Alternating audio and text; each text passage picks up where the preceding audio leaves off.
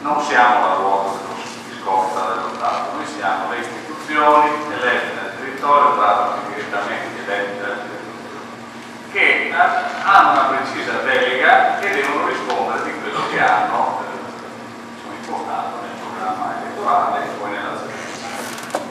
Chiarito questo perché ci sentiamo con questi fasci tricolori sempre più impotenti e soggetti deboli, mentre dobbiamo dimenticare che un ruolo nell'organizzazione dello Stato è stata una scelta giusta fare questo incontro dei sindaci della provincia con i parlamentari per arrivare concretamente a suggerire, impostare gli emendamenti che devono andare nella sede unica che può risolvere il problema, diciamo, del raddrizzamento della manovra, che è il Parlamento. Speriamo che anche le altre province, anzi ci auguriamo che questa nostra iniziativa sia propedeutica ad altre province del Veneto o per fare un'iniziativa regionale in tutti i sindaci. Le regioni si sono mosse, hanno portato le loro obbligazioni al governo, lo dobbiamo fare anche noi con forza. La manovra peggiora le condizioni che avevamo già. Sono almeno 3 anni che parliamo di appesantimento, patto di stabilità, difficoltà. Ci sono degli elementi negativi che incidono su quella situazione già pesante ed è un taglio, una riduzione dei trasferimenti in maniera lineare, cioè indiscriminato, che io leggo come un segnale che ci allontana dal federalismo, che ci avvicina a quell'idea federale di autonomia fiscale e finanziaria dei comuni. Io oggi registro che l'autonomia fiscale e finanziaria del mio comune, io non ho possibilità di modificare la mia spesa attraverso scelte che dipendono da me, perché se non rispetto il patto mi riducono i trasferimenti, se non rispetto me ne riducono comunque, e qui c'è ovviamente un ragionamento tutto politico, perché non si è valutato in necessità di fare il risanamento del paese. Non è che qui l'ha detto Chiammasino, l'abbiamo detto tutti, l'ha detto anche Tommaso, è anche il presidente dell'ANCI. Nessuno nega che c'è da fare, come tutti fecero la riduzione della spesa pubblica e ovviamente un assestamento di conti. Però quello che non è accettato è l'iniquità con il quale si tratta di manovra.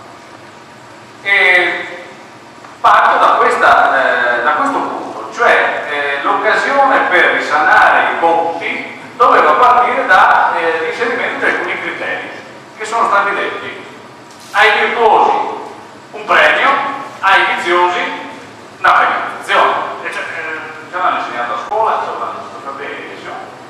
I compiti è un premio, se non li fai bene e insisti a non farli bene è una penalizzazione. Qua no. Di fatto passa il principio che i famosi costi standard, il rapporto ai dipendenti che ogni ente ha, il rapporto anche a quello che su 100 che entra quanto restituisco ai cittadini, non è preso in considerazione. Questa è l'ingiustizia. Cioè, se io ho l'amministrazione, gran parte dei nostri comuni così, incassa 100 e restituisce 70 e 30 se lo tiene per la macchina, siamo amministrazione virtuosa. No, mi devi riconoscere almeno un taglio dei trasferimenti minore di chi invece ha il rapporto magari inverso: 30 restituisce e 70 spende per mantenere la macchina. Non è un ragionamento, diciamo, di lana caprina, è il fondamento della gestione corretta della cosa pubblica. Terza cosa, le sanzioni. Le sanzioni sono durissime, ma non sono proporzionali a quando uno, diciamo così, infrange, ecco, il patto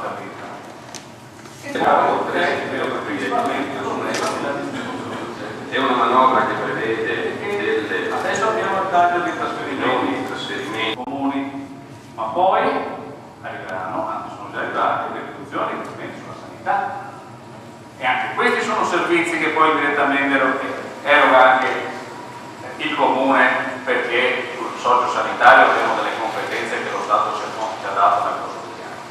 E poi sta la questione del personale, non posso ripiazzare il turnover, e poi anche questa cosa delle società che le dobbiamo chiudere, anche se sono società che magari portano dei benefici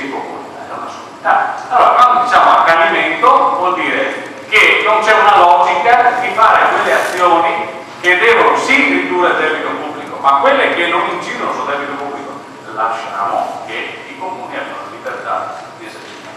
Cosa fare? Perché qui veniva detto azioni eclatanti. Io mi sento sicuramente un soggetto debole in questa fase, perché, ripeto, se si taglia il trasferimento non è che posso, non sono io che invia allo Stato, diciamo, la parte di contribuzione che raccolgo dal territorio, è l'inverso. È lo Stato che quasi interamente, quale che prendo, qui riduce il trasferimento. Quindi credo che l'unica possibilità che abbiamo è che ci sia, è una parola brutta la lobby, ma io credo una convergenza territoriale regionale che porti in Parlamento le ragioni dei sindaci, che mi sembra siano trasversalmente riconosciute, anche perché non credo sia giusto che una situazione come questa, che effettivamente non dà margine di manovra a noi, che siamo noi che dobbiamo dimetterci o dobbiamo abbandonare o chiudere i municipi, al di là che si possa fare, ma io rifiuto l'idea che abbandono le mie responsabilità per responsabilità di altri. Noi non abbiamo, diciamo, sbagliato, noi non stiamo gestendo la cosa pubblica in maniera errata, e per questi motivi è ovvio che è la manovra che va cambiata in direzione di premiare i virtuosi, dare a noi le competenze, ma anche dare le risorse per esercitare quello che la Costituzione